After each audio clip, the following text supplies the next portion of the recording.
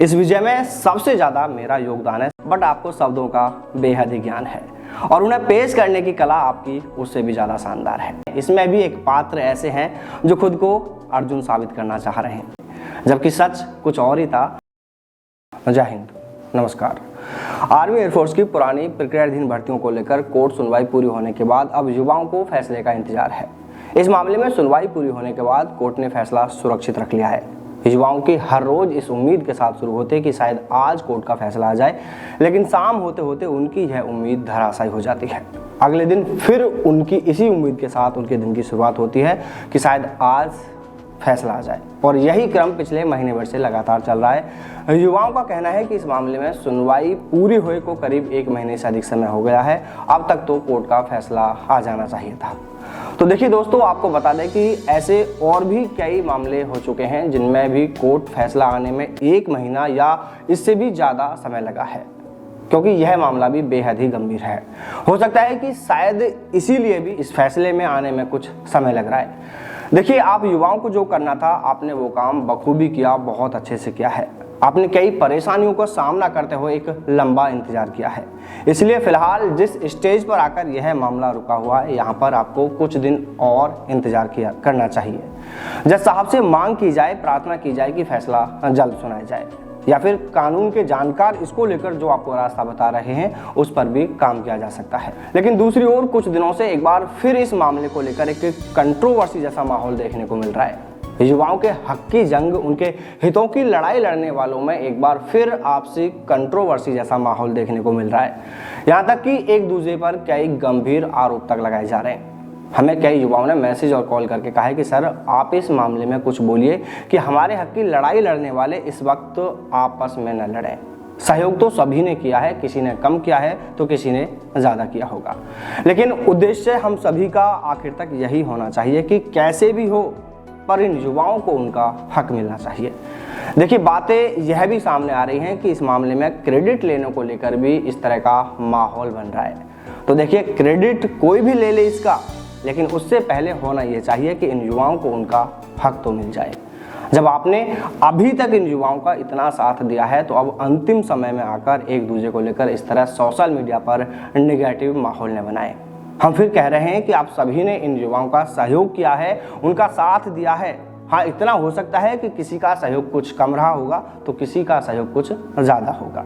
हम तो बस इतना ही कहना चाहते हैं कि किसी ने गलत किया है, जिसने धोखा दिया है, जो भी उसने गलत किया है, देखिए ये सब बातें तो बाद में भी सामने आ सकती हैं, लेकिन इस वक्त ऐसा माहौल बनाना बिल्कुल ठीक नहीं है, क्योंकि हम और आप अपने आपे में कुछ भी नहीं है।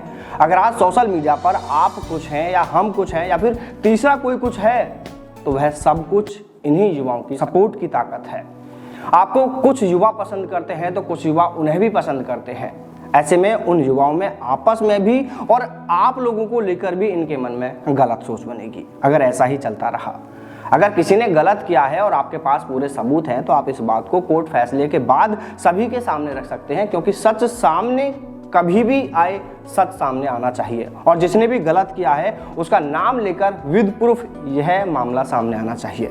अगर सच में किसी ने गलत किया है तो हम भी उसे गलत ही कहेंगे, लेकिन अभी ये वक्त नहीं है कि हम एक दूसरे पर आरोप लगाएं, क्योंकि जो सच है वो तो सामने आकर ही रहेगा। और अगर कोर्ट फैसले के बाद भी यह सच सामने लाया जाएगा तो जिस व्यक्ति ने गलत किया है तब भी वह गलत ही कहा जाएगा, जिसने भी गलत किया होगा।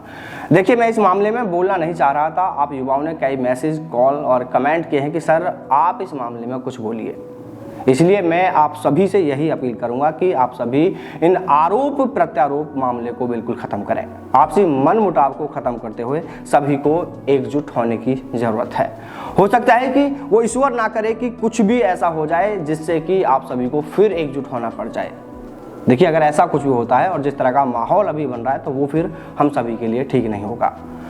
और देखिए, वैसे ये आपकी स्वतंत्रता भी है, आपकी सोच है कि आप एक दूसरे के बारे में क्या सोचते हैं, लेकिन मैं तो फिर भी यही कहूँगा कि अभी इस समय पर ऐसा माहौल ठीक नहीं है, क्योंकि इन युवाओं को आप सभी से तो मोटिवेशन मिलता है, एक ताकत मिलती है। मैं बहुत अच्छे से जानता हूं कि हमारे और आपके वीडियोस देखकर इन युवाओं को काफ़ी राहत मिलती है, एक मोटिवेशन मिलता है, उनकी एक उम्मीद बंधती है लेकिन जब हम लोग ही आपस में इस तरह से करने लगें तो फिर इन युवाओं पर भी इसका असर पड़ता है।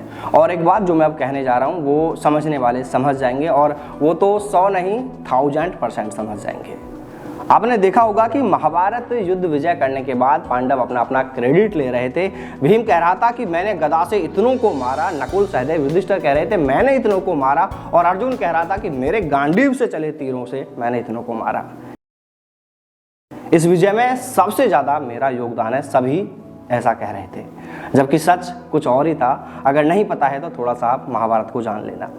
और अब यहाँ आप युवाओं के इस मामले में भी कुछ ऐसा ही देखने को मिल रहा है। अब इसे कर्म युद्ध कहें या आपके हक की जंग कहें, इसमें भी एक पात्र ऐसे हैं जो खुद को अर्जुन साबित करना चाह रहे हैं। हाँ, ये सही है कि अब इसे गॉड गिफ्टी कहें, आपका स्ट्रगल कहें, आपकी लर्निंग कहें, आपका अनुभव, एनीवे जो भी, बट आपको शब्दों का बेहद ही ज्ञान है और उन्हें पेश करने की कला आपकी उससे भी ज़्यादा शानदार है। मैंने कभी किसी को लेकर द्वेष भावना मन में नहीं रखी। अगर जाने अनजाने में मुझसे कुछ गलत हो भी जाता है तो मैं उसे सुधार भी लेता हूँ। लेकिन हो सकता है कि आपकी बातों को सुनकर उसके पीछे जो आपका मकसद छिपा है, ये स्टूडेंट वहाँ तक उसे नहीं समझ पाए, ये वहाँ तक नहीं सोच पाए कि आप क्या चाहते हैं। देखिए, आप बड़े ही सरल और सहज तरीके से वो सब करके चले जाते हैं, वो सब कह के चले जाते हैं जो आप चाहते हैं। आप बड़े ही सरल सहज तरीके से सब कुछ कह देते हैं, जिसके बारे में आप जो सोचते हैं वो सब बोलकर चले जाते हैं, और बाद में फिर आप मीठा मीठा मरहम भी लगाकर चले जाते हैं।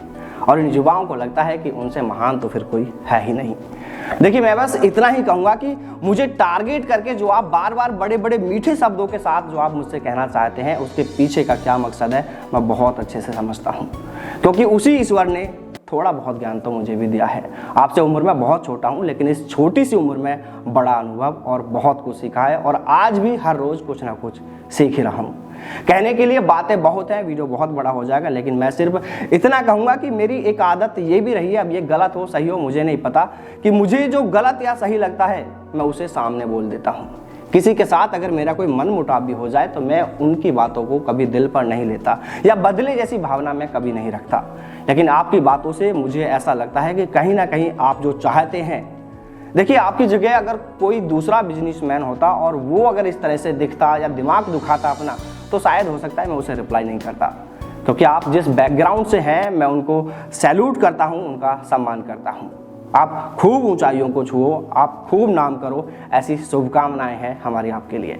लेकिन एक इंसानियत के नाते छोटा हूँ, इसलिए माफ़ी के साथ इतना ज़रूर कहना चाहूँगा कि जो दिल से बातें करते हों उनके साथ दिमाग से काम नहीं करना चाहिए। आप जो सोच रहे हैं, आपका जो सोचना है एक बिजनेसमैन के हिसाब से बिल्कुल सही है, लेकिन इसमें ऑप्शन ये भी होता है कि ज़रूरी नहीं कि हम किसी को छोटा दिखाकर या किसी को गलत दिखाकर आगे बढ़ें या अपने को महान साबित करें। आपकी मेहनत और आपके अनुभव से भी उसे हासिल किया जा सकता है। इसलिए श्रीमान से मेरा इतना निवेदन है कि इस द्वेष भावना को अब ख़त्म भी कर दीजिए। अगर आपको लगे कि जो आप कर रहे हैं वो ठीक है तो फिर आप खुद के मालिक हैं, आपको जो अच्छा लगे आप वो कीजिए। लेकिन आगे से अगर आप भले ही 100 बार भी मुझे टारगेट करते हैं, मुझे गलत कहेंगे या मेरे बारे में डायरेक्ट इनडायरेक्ट कुछ भी कहेंगे, तो मैं आगे से आपको कोई रिप्लाई नहीं करूँगा। लेकिन मेरी एक बात पर सोचना जरूर, विचार जरूर करना कि जहाँ दिल से बातें होती है वहाँ पर दिमाग से काम नहीं करना चाहिए।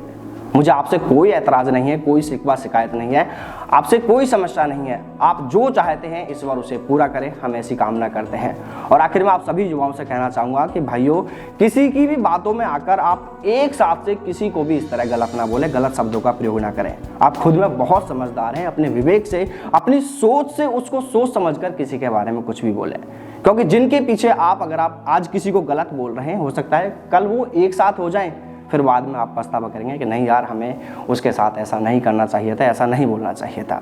और आप जो कह रहे हैं ना सर कि हारमोनियम लेकर गाना गा रहे हैं, तो श्रीमान आपको इससे जलन नहीं होनी चाहिए, ये तो बहुत अच्छी बात है। बचपन से मेरा शौक़ रहा है, लेकिन हालातों की वजह से कई सालों तक ये शौक़ छोड़ना पड़ा। अब उस ईश्वर की कृपा है तो उसी शौक़ को कभी कभार गुनगुना लेते हैं।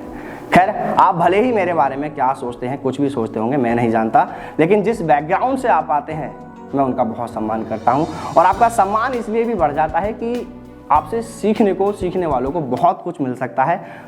बशर्ते आप उसे सही से पेश करें। मैं आपसे उम्र में बहुत छोटा हूं, अगर कुछ गलत लगे तो आपका बड़प्पन, आपकी महानता दिखाते हुए इसे इग्नोर करें।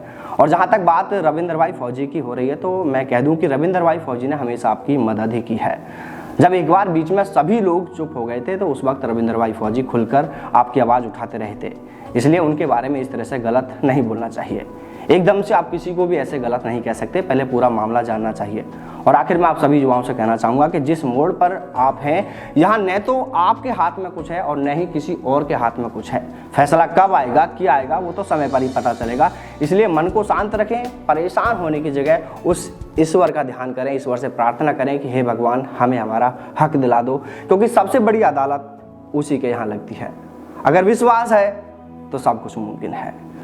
और आखिर में कहना चाहूँगा कि मेरी बातों को अदरवाइज ना लें। मैं बहुत कोशिश कर रहा था कि मैं इस टॉपिक पर ना बोलूं, लेकिन कुछ चीज़ों ने मुझे बस मजबूर कर दिया, मुझे बोलना पड़ गया। मैं बहुत इग्नोर कर रहा था इस मामले पर ना बोलूं, इसलिए मेरी बातों को अदरवाइज ना लें। तो चलिए साथियों, फिर मिलते हैं सेना व सेना भर्ती से जुड़ी तमाम बड़ी खबरों के साथ। तब तक सावधान रहें, दलालों से दूर रहें, अपना और अपनों का ख्याल रखिएगा। जय हिंद, जय भारत, वंदे मातरम।